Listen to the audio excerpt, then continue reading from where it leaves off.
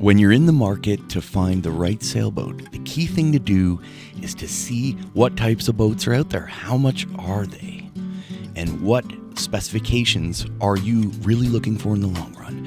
Got a real special boat to review today here on the OnlySails YouTube channel. Hit the like button, subscribe to the channel. Let's get into the video. I'm here with Chris at the Bay of Quinte Yacht Club, and today I got a real treat for you. Look at this boat here. This, what type of boat is this? This is a Bristol 41-1, a 1983 American built. It's a Ted Hood played a hand in the design, and there's a Hungarian fella, I think, I forget his name, I think it was Dietmeier, but you can correct that. All right, let's take a look at the hull. The hull's always a good thing to look at here. Yeah. I mean, we have a full, well, I think it's a fully encapsulated keel, is that correct? Let's just say the worst time of year to look at a boat is in the winter, because they come out filthy dirty. But this boat was completely repainted. You can see the pressure washer leaves some goodies on the hull, but she was all repainted. These are real good ocean-going boats. They're heavy. This is a 30,000 pound boat. Wow, 30,000 pounds, yeah, right? A lot of wood on deck, so she has that classic look to her. A lot of people will let that go gray, so you don't have the maintenance to do. Teak will hold up. But we like to varnish ours. It's a lot of work, but brings it up a little bit. So if you stick around to the end of the video, I'll tell you the price of this boat. So stick around for the end for that, but let's do a walkthrough. Let's take a good look at what this boat offers a person that's going to maybe cruise long distance, maybe a couple, even single-handed. It's possible. Let's take another look here. Look at this thing. Wow, fully encapsulated keel. Look at the size of this three-bladed prop here. It's got a rope cutter, and what's great about this boat is you have a skeg hung rudder. Now, what that's going to do is if it just keeps this whole rudder protected. All right, and hull looks in pretty good shape here. Decent sized rudder. Look at that. Her name is Windover out of Belleville, Canada. Oh, I'm just dying to go up there and take a look. Let's go up on the deck and have a look. Now you should know, before you stop, you should know that this boat, the big selling feature on this is that it's a centerboard boat.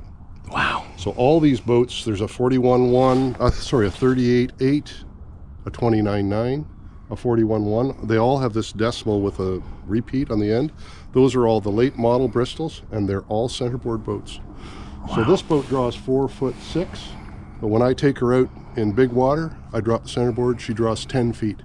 And I go to wind like, unbelievable. I go to wind like nobody's business. So your draft is 10 feet at sea. Wow. So yeah, 30,000 pound boat with 10-foot draft. Isn't that amazing?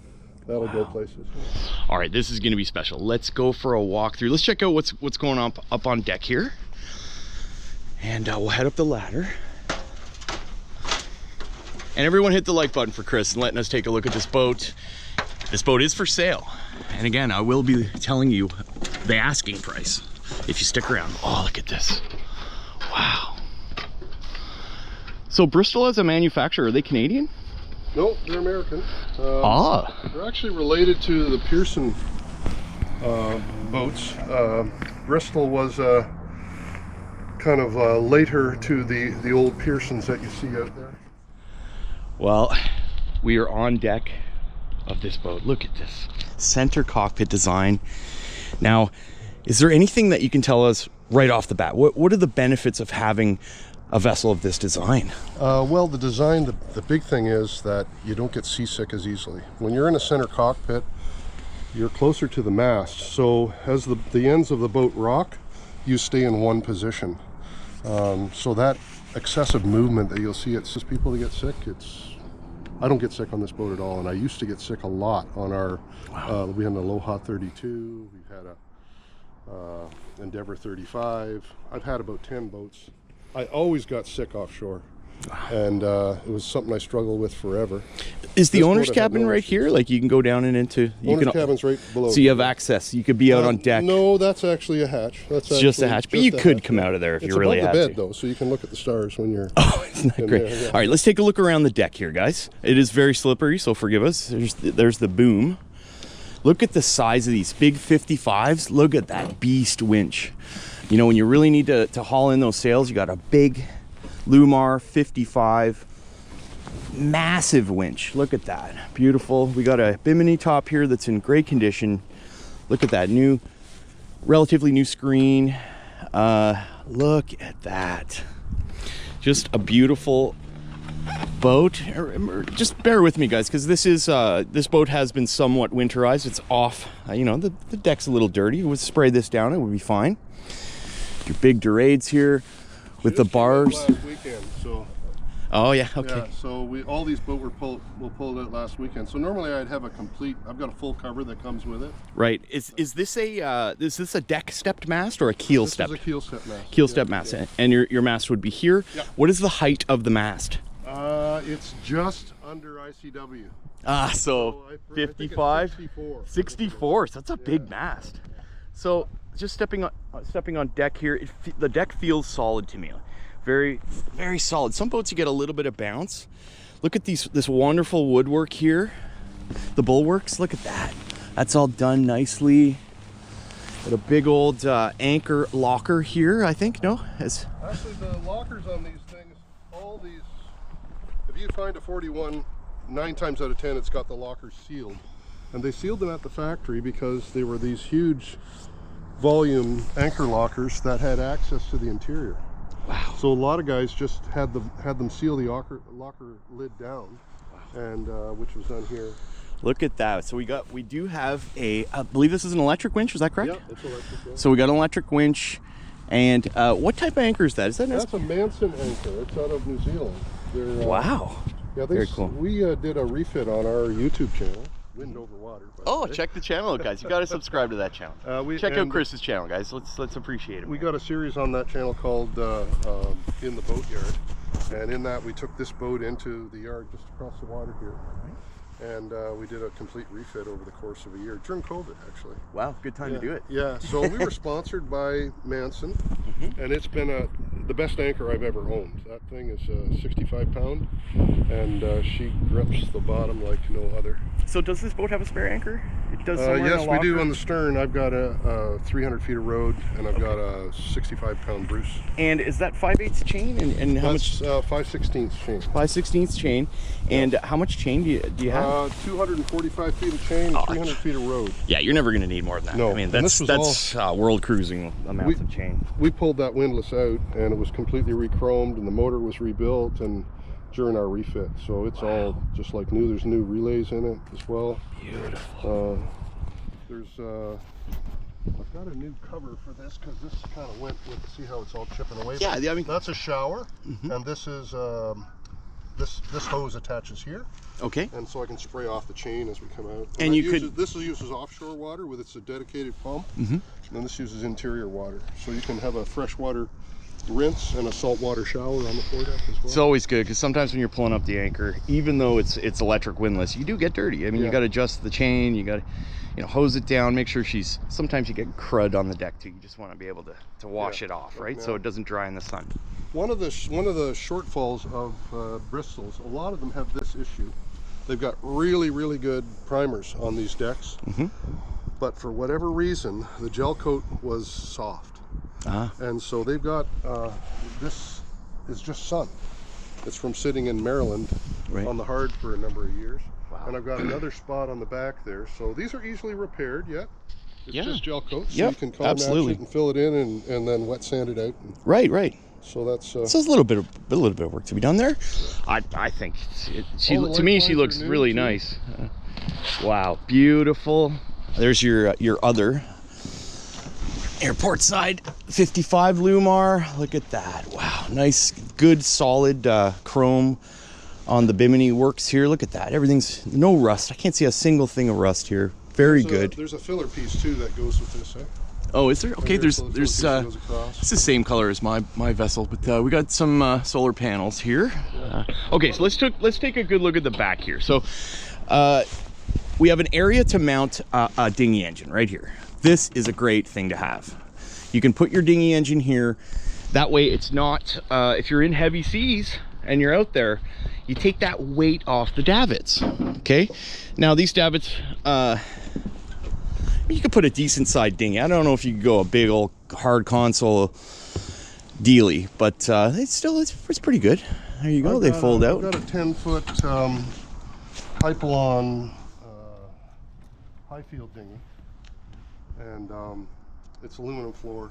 Okay. Does it come with the boat? And no, it's not coming with the boat. We're going to buy another boat. It's a dinghy. Right, but, of course. we hang it on here, and Okay. no problems at all. All right. With these, with the folding davits, we'll put bars across and then use this as a spot for another panel. We opted not to because some marinas you go into, they check you for length, including this one.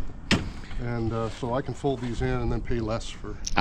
Length overall. Marinas shouldn't do that, guys. Yeah. Make a comment down below. Do you think marinas should be able to do that? You go into a marina with a 36 and they're like, well, your boat's 40 feet long with the solar panels, and they're charging you per night, and that adds up over like a month or two, or a season. Actually, believe me, it's a lot. Charges you by the square foot now. Oh my god. So they measure exactly the length and the width. Wow. And they charge you by the square foot. Yeah. Well, marinas have to make their money too, guys. So that's the thing. If you have to ask how much it is, maybe you shouldn't be out here. All right, so we got dorades on the back, so you're gonna get fresh air coming into the cabin down below. Two of that. A lot of the time you can position these. Are these movable? No. Yeah, okay. Well, they are. You could, but they're just... There's a lock inside. Ah, I see. So you can unlock them, and then you can spin them. Right, so if the wind's, coming off your aft quarter, you can turn the dorades and really get that movement of air through the boat. It helps with mold, and in really hot climates, I mean, that's a lifesaver. Or if you're taking green water over the deck, it's nice to spin them around then too. Yeah, definitely. All right, so we have is this? That's the main sheet traveler. Main sheet traveler. Okay, so the boom would come something up here. Yeah, the boom you can comes manage about here. Okay. But it's well overhead. It's about 6 inches above the bimini. Right, so you're not worried about the boom swinging and killing you, which is no, very on common. The deck, you can. It's the boom's got a stack pack. It's actually called a Mac pack from OnlySails in Florida. Cool. And the Mac pack has got a zipper in it that's like a continuous line. So, oh wow. So you can stand at the mast and you can drop the sail and then you can zipper it up. Oh wow. Yeah. Very cool. By the way, I did Cerakote last year. I did an experiment and bought new glass and Cerakoted these two. And I don't like the glass, so I'm going to replace it with thicker material. Obviously, it broke. Right. Okay. But all the hatches, I'm planning this winter, all the hatches to be Cerakoted. Okay, guys. So make a note there. These hatches will not come with the boat. They will be. That's a problem that will be sorted. Yeah. All right. So let's. Any benefits again of managing the sails, the way this yacht is configured, being a center cockpit? Yeah. Do you find it's a benefit versus an aft? Well, I mean, what would you do if every sailor's got his own theory? Right. I believe in keeping it simple. So when you're running lines across the deck and bringing them all into the cockpit, that is not simple. You've got all kinds of points of contact that can be damaged or can jam or can cause extra friction in the system. The very easiest way on a big vessel to reef, to raise sail, to do those sorts of things is from the mast. Because you've got a place that you can anchor yourself. You're in the center of the boat, so there's less movement there. Right. And it just unclutters your cockpit and unclutters your life. If this boat's a Voyager, it's meant to go 1,000 miles, not 10 miles. So that's essentially the range. Well, I could motor 1,000 miles with this boat. There you go. So much range, but we'll talk about that in a bit. We're going to see the engine. But that's not what I'm trying to get across. What I'm trying to say is that this boat's meant to be set up and go in a straight line and not fiddle with. Right. You're not going to be tweaking it like you are a race boat. You're going to exactly. steer with your toe, this is the benefit of having a full keel that goes. It may have issues reversing, which isn't a big deal. But when you really want to cover distance, you want a fully encapsulated full keel boat, because once you set that helm, it essentially sails itself. Of course, is there an autopilot on board this? Oh yeah, there's a below decks autopilot. Oh, here we go. It's hydraulic or electric, or? It's electric. Oh, look at that. So you got a really good electric autopilot system. Look at this helm, guys. You really feel protected up here. You got a good view of everything here. Of course, you'd have your mast here and the boom up here, and you'd have your rigging. But you can see quite right around. Look at that. You're very high up, so you can see what's going on. I mean, if she was keeled over too, you can just sit right here right? Yeah. Just like that. You can see your instrument cluster, you can see your compass. Well, this boat doesn't heel very much either. She doesn't, because she's so heavy. I mean, you said 30,000 pounds. Isn't that amazing? So right off the bat, the helm feels smooth. There's no play in it. See that? Sometimes you get play with the cable rigged helms. This feels nice and buttery smooth. You got access to your engine controls right here. Look at that. You can push, you start your engine there. You got your RPM gauge, you got your fuel gauge, temperature, and she's a Yanmar. Stick around, we're gonna talk about the engine and we're gonna tell you what type of engine is in this boat in a moment. So stick around, guys. I think we've seen enough of the deck. Let's look at the companionway. Look at this. There's speakers up here. We got our instrument cluster here. So let's take a quick look. We have your ST60 Plus, wind instruments, and auto helm. Look at that, ST60. Here, Isn't that amazing? There's speed and depth there. So this would be your auto helm control, Yeah. right? Which you'd have from here. I have one of these as well. And this is a Garmin touchscreen chart plotter. Oh, nice. Little guy, actually. I didn't want a big. Don't need a big one. I didn't want a big thing in my face. I've got a big one down below that I can use. But, and I'll be honest, I don't know about the touchscreen guys. They're meant for boats like motorboats. On a sailing yacht with a touchscreen, it's rainy, there's reflection issues. Personally, I like the button ones, but I mean, that's something you'd have to manage and get used to. With your iPhone. Yeah, exactly. Well, with Anymore. Navionics these days, Changed, yeah. it's always good to have backup charts, obviously, guys. So you can have your Garmin out here at the helm. You know, you always have something that you know is going to power up. Yeah. Okay, and touchscreen or not, it's definitely a great place to be. It's not touchscreen, it's a Raymarine. Okay. I've got two lines leading into the cockpit. One is for the rigid boom van, and the second one is for the main sheet. So the clutch is here. This controls your main sheet and your boom vang. That's correct. And you can maybe stow the ropes. Yeah, up in there. And which is really great. This is these are covers for the motor, for the barbecue, for the dinghy engine cover. Mast. Okay. Yeah, and this is the rebuilt windlass for the winch or for the centerboard. Sorry. Okay, so you can adjust the centerboard from up here. Right up here, yeah. Wow. So it's this has all been rebuilt. The cable's been rebuilt. I put new blocks in the system. I cut the whole system out, and with Nye Boatworks here in Belleville, Nathan gave me a hand, and we've re-glassed in like knuckles that had blocks in them for turning.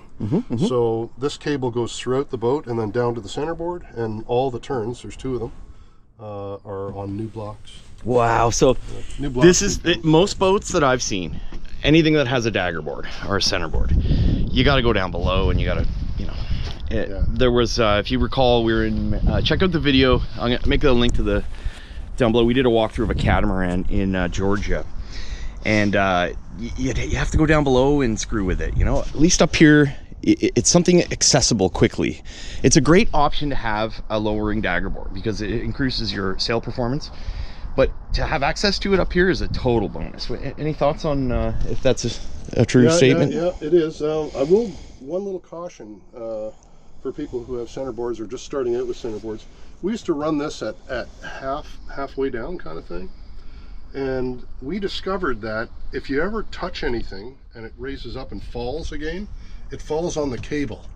So now I either have it completely up or I have it completely down, and I'm not keeping it anywhere in the middle, unless I was offshore and completely away from anything I could possibly touch. And this is the type of boat, guys. You know, you're gonna leave Miami, Florida. Okay, you're gonna blast off and into the Bahamas with no issues. I mean, you're not worrying about stopping at Bimini. You can go right onto the bank, continue on into the Berries. This is the type of vessel that does long distance sailing. Okay, this is not a bleach bottle production yacht. This is a world cruising yacht. So, as promised, we are gonna go down below. So let's go down the companionway and take a look at the interior of this beautiful boat. We are down below in this Bristol 41.1, or they just call it a 41.1. Look at this. This is something special, guys. Look at this. Look at the size of this galley here. Look at that. You kind of walk down and into it.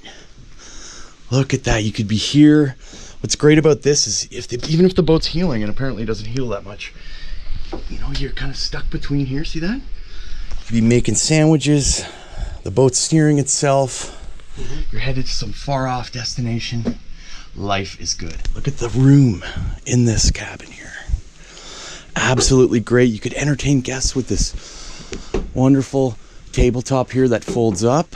So you could have everyone seated around here. I'll sell you on the Bristols. Okay, look at this. Who does this? Wow. Look at these. Here's your cutlery. Look at these lovely little boxes. Isn't that great? And they're all numbered.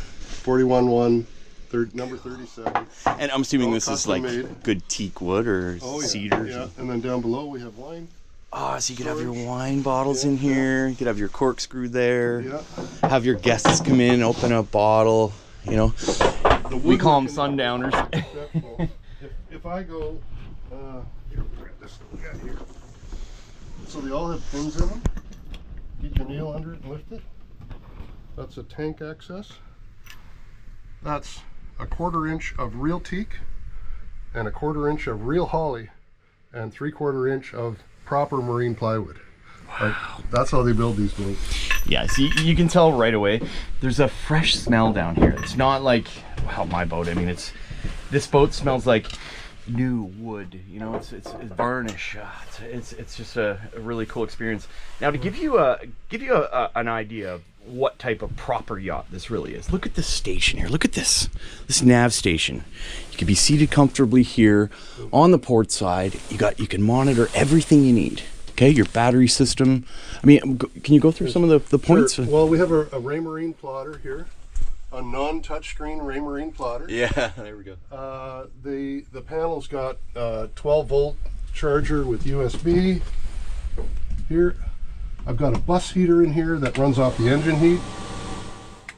I've got shore power is connected to a 3,000 watt Victron inverter charger, so I can light it up, and every outlet in the boat becomes live. So you can run a skill saw, you can run anything you want, hair dryers, that kind of stuff. In the washroom, in the morning, you can run a hair dryer. It's set up like that. It's got 400 watts of, 400 amp hours of Battleborn Light PO4. Guys, we all know on my channel I've been through battery hell.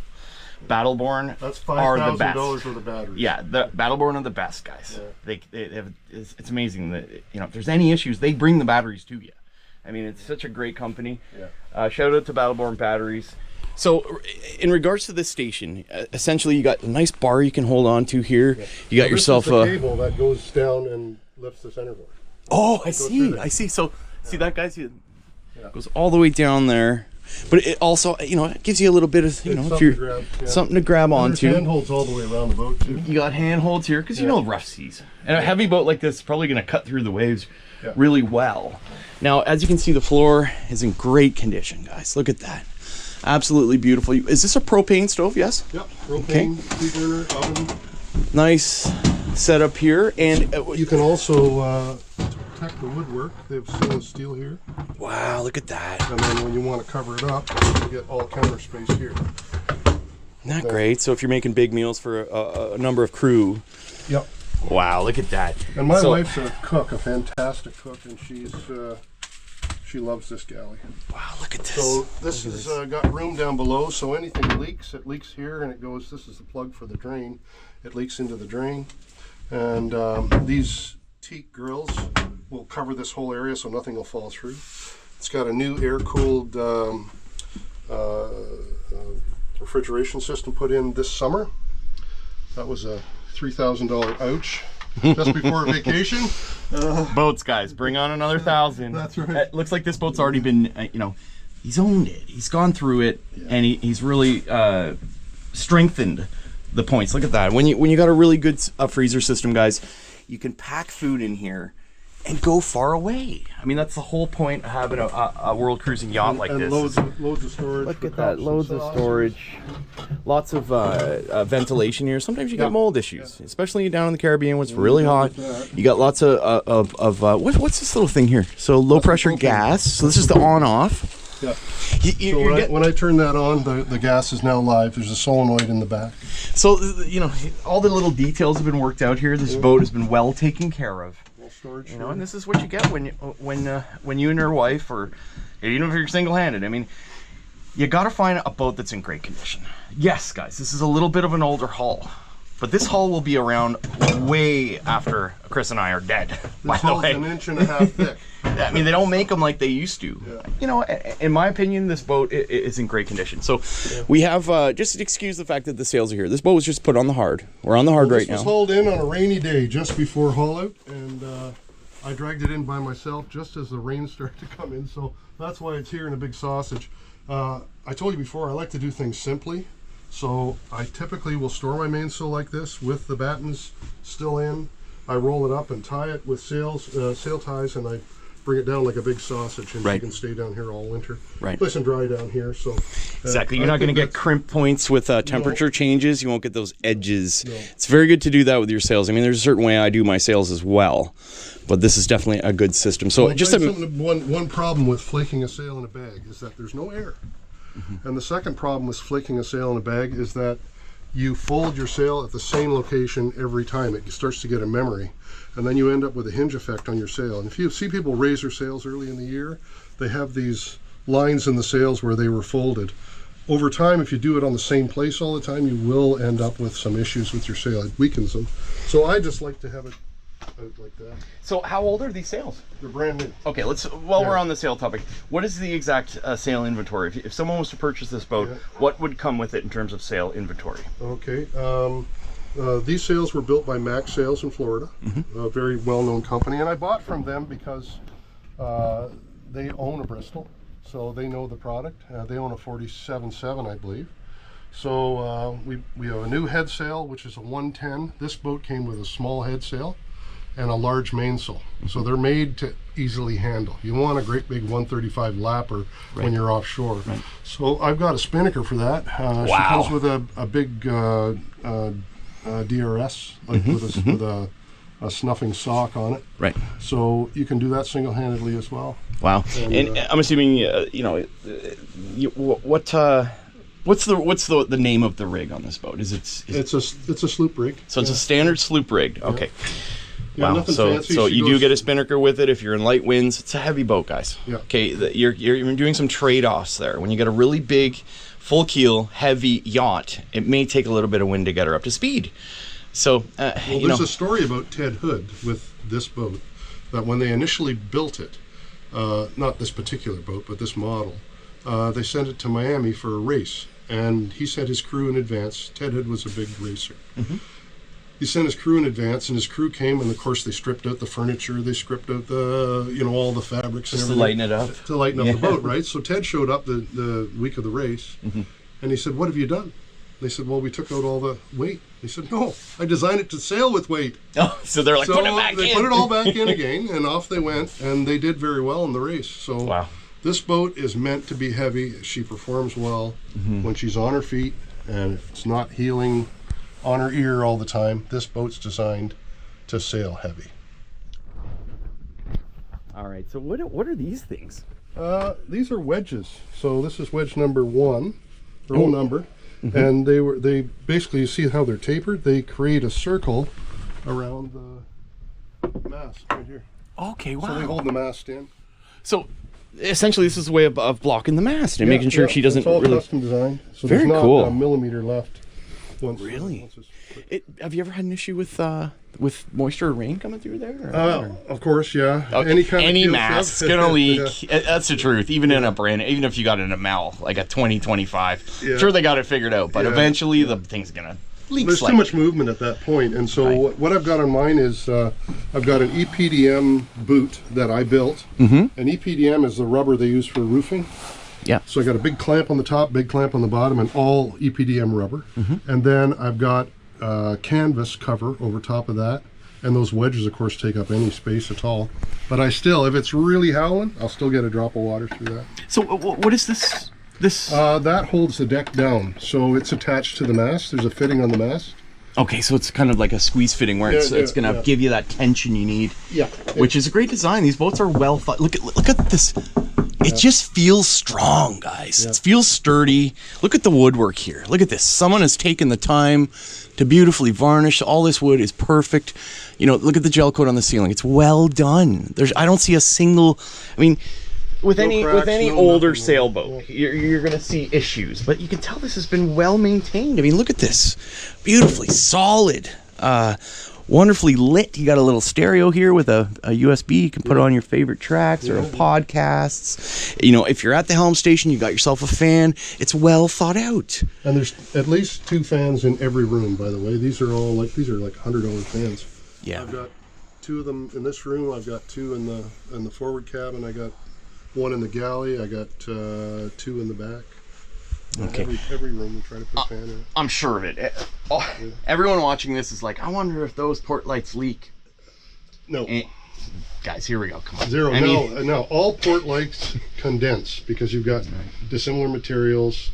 They heat at different rates, and there are different temperatures inside. So you'll get little things like this. Right. That's because the aluminum here weeps when it's warm inside and cold outside, or vice versa. Right. So you'll get moisture around the edges that has to be touched up. And that's something you can touch up. A little bit of sandpaper in the No right. leaking. So nothing leaks. Look at this. You got screens here. Bugs are always an issue, especially in Florida. Yeah. You know, you get the no-see-ums in Florida. Every you want single to look at that. hatch is like that. Yeah, and that's. You watch many of my videos where I was frustrated. I had to bust out the vacuum. Because once they get into your boat at night, they just buzz around your ear all night. It's a bit of a pain in the butt. So let's take a look at this. We got a locker here. You can hang a life jacket in here, but I put my starting battery in here, and then this boat also has screens that go, and they're custom for the companionway. So we'd also have air access coming through here with no bugs, which is great. And you can actually just pop those out quickly and go up on deck if you have to. It's not like a big deal. So that is great. Wow. Lots of storage here, ventilated cupboards. We got our speaker system here. Look at this. We got 110 outlet as a part of the boat and a 12 volt right there. Look at that. In here as well. You can store all sorts of things that you'll need. Lights, life jackets, safety equipment. Very well thought out. So this converts here. So this one pulls out. So if I lift that up, these pins have to be pulled. So they're just aluminum bolts, really. And it pulls out, and you can have slides out, yeah. And when we bought the boat, here's another word of caution for people buying the boat. When you buy a boat, I'll look for the part here, don't throw anything away.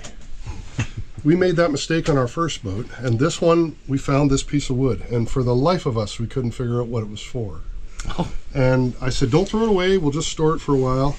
And quite a while later, we discovered that when you pull out this bed, there's a little hole in the floor right where my toe is there. And that's what this pin goes into. So it's a bed support. It's a bed support. Isn't that amazing? Right here. So you could have your if you had another couple on board, they could stay out here. And they don't have to worry about it being flexy. It's super solid. Yeah. Nice and solid. Very cool design.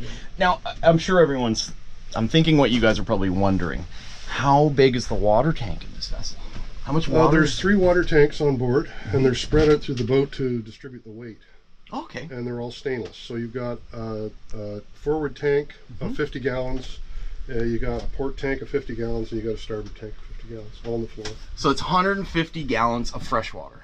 That's more than what you would need. All with big access ports too. So every year I pull the ports out, I clean them, I vacuum out all the excess water, and so you don't have to actually fill them full of antifreeze.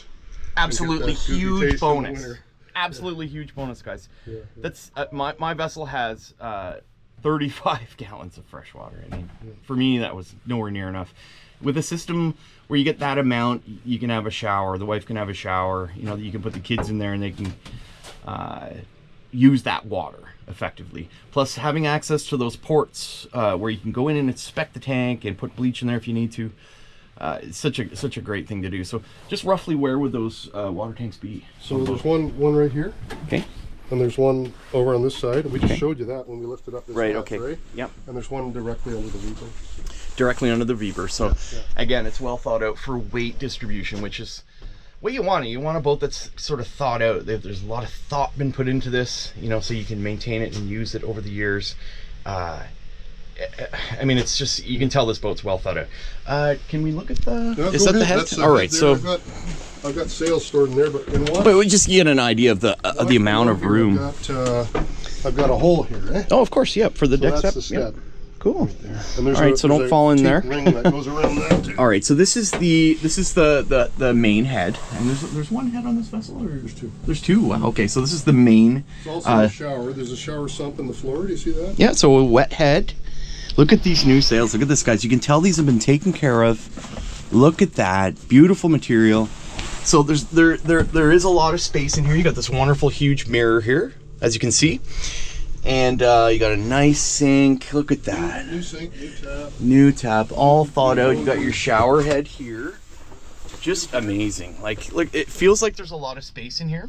Now you also have access to the forward cabin if you want to come into here.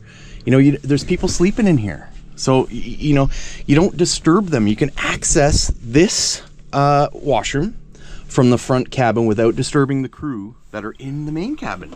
Isn't that a wonderfully thought out thing? You got an area for bookshelves here.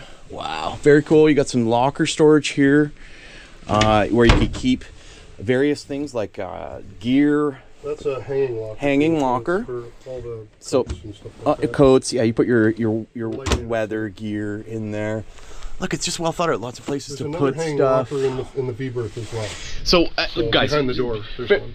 bear with Chris and I here, because you know we are in a winter state here on the boat. But let's have a look at the forward cabin. All right, so I will do a walkthrough with the X360, and you can get an idea. That, Lots of space. Cool thing. This is part of the Bristol build as well. If you see that really cool thing up above on the ceiling. Okay, so this piece of wood here. That's the pillar for the front of the V-berth. So how does that work?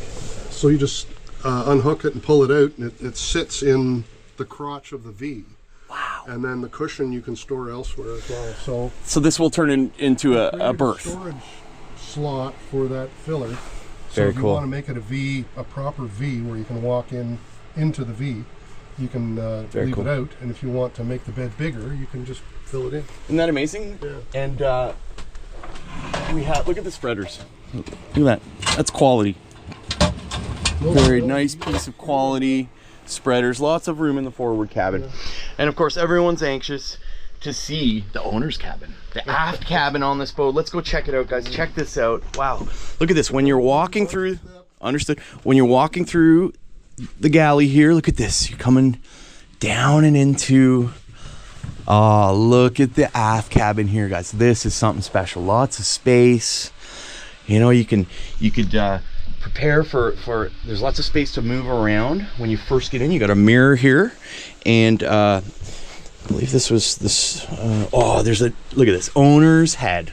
Beautiful. Look at this. Let's do, before we get into the aft cabin details here, let's take a quick look at the owner's head. Look at this beautiful porcelain sink color. Isn't that cool? What a great design. Lighting. You got a port light here. There's a stand-up shower, essentially. You could be in here, close the curtain if your wife's getting changed there and you don't want to splash her or anything, and you got something you can hold on to. Like let's say you were under passage for 2 weeks, you could be holding here while the boat's moving and have a shower. Yeah. You know, warm up, go back out on deck, or cool down in most cases. There's another light here too. Another little light here. Isn't that great? You got a mirror with storage. You could look out at the beautiful sea as you're going by while you're in the washroom here. It's got lots of storage. Wonderful system. So is this all electrically controlled water? Is there hot water? There's hot water, yes. Wow. So you can get hot water off the engine. No way. You can get hot water off shore power. Mm-hmm. I've never tried doing it off the batteries. There's probably a way to do it, but it would suck too much energy. But it is possible. It is possible. Yeah, I mean, if the motor's running and you got an excess of energy, you know, you really needed hot water. It is here. Of course, once the engine's run for more than an hour, you're getting hot water. I mean, you could have a hot shower. A lot of the time, you're going to run the engine to charge up the batteries, even if you're out on passage. I mean, it's if you wanted hot water, you could start the engine, which is great. Yeah. So when you're walking at 170 degrees within a couple of minutes of run time, diesels run hot. Right. Typically. Right. So the production of hot water is pretty quick when you're running the engine. Right. So what's great about this is you got this spacious owner's berth. Okay. And it's all storage right now. Right. So Again, bear with us, guys. This boat is essentially winterized. This is a Sealy Posturepedic. Oh, isn't that great? It's one of these foam. memory foam mattresses, and it's sort of customized to fit in this area here. Yeah, and there's too much stuff on here to show you, but underneath here, the entire master cabin berth is modular. So I can lift the boards off and set them aside. I can lift the cross members out. They're all slotted in like dovetailed. I can lift them all out, so I got access to this entire aft section of the boat without having to undo a single screw, you know? Oh, wow. So it's and beautiful. so you can store things down there? I mean, Yeah. So I've got storage in here, for instance. Got a nice vacuum. But Vacuums are great on boats, guys. Got to get one. Yeah. Has to happen. But typically my compass is down here, and my handle for my big bilge pump, which is also in there. I've got, usually this spinnaker is stored under the berth. Ah, okay. So if you really had to access it, it's going to take you a minute or two. But you're a minute or two, but it's huge. But yeah, you want to keep the spinnaker is something you rarely use, to be honest. So you want to have a good place to keep it, but not a place where it's going to get mashed up a little bit. So And I got a rigid vang. Okay. So that's run into the cockpit, and it's a new item. Okay.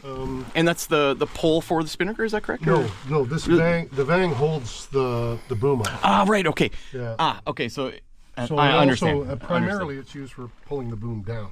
Understood. But this one I can also hold the boom up. Okay.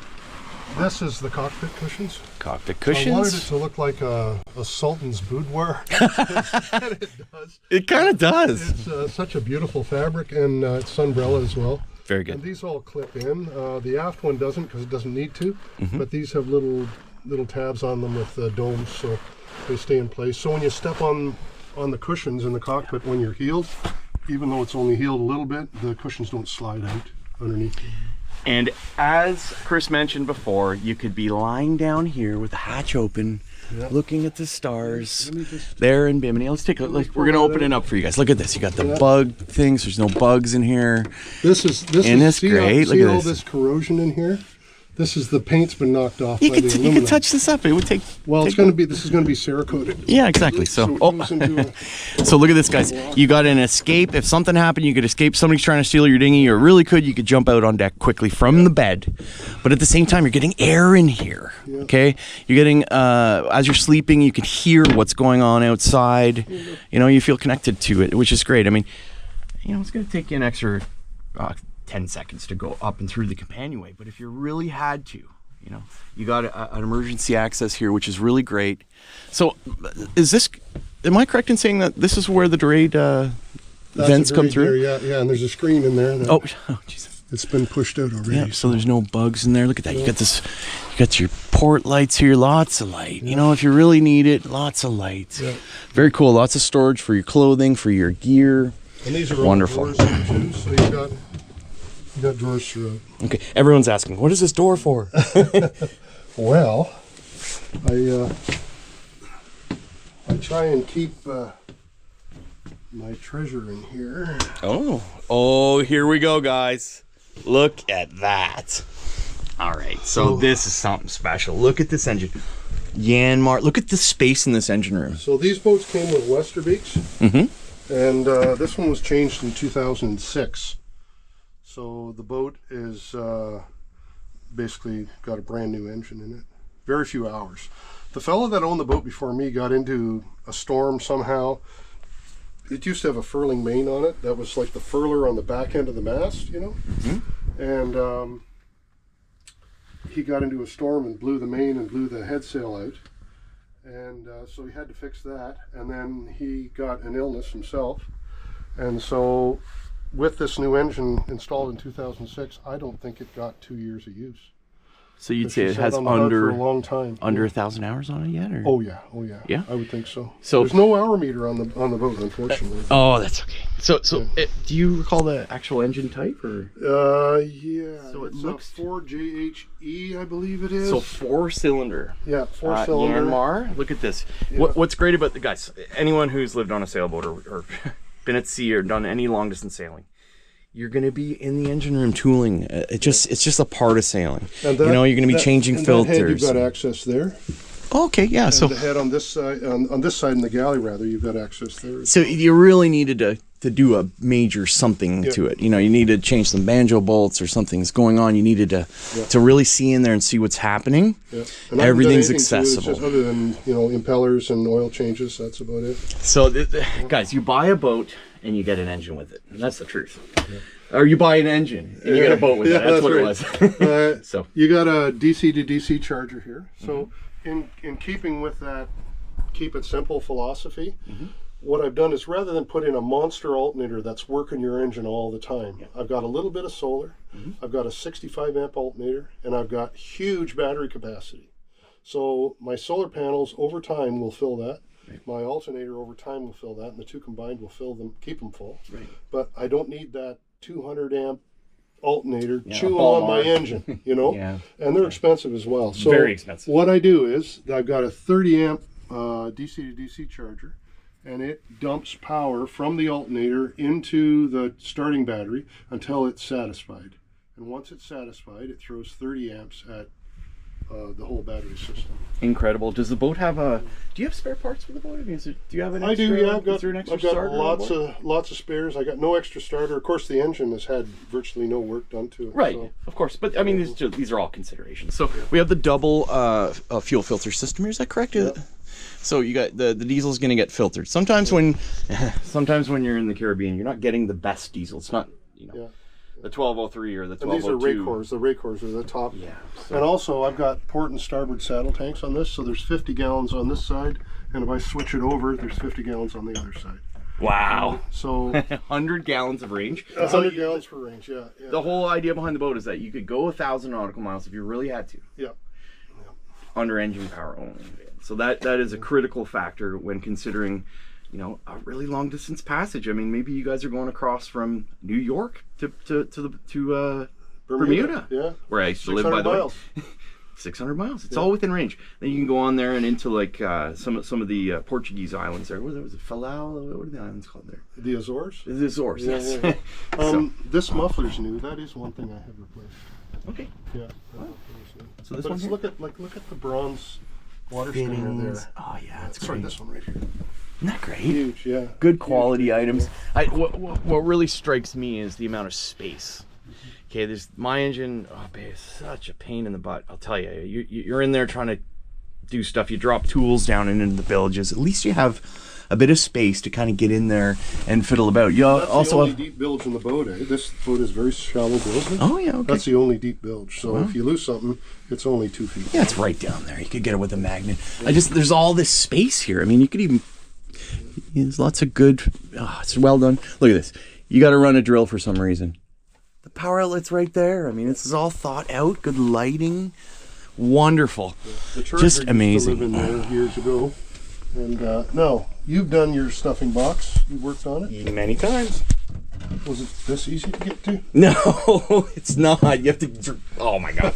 Really? That's it? That's it. So you can check on it. Is this a dripless? No. No. It's Okay. just So conventional. Again, keeping it simple. Yeah. Keeping it simple. It's the cheapest way to go. They're very acceptable as far as.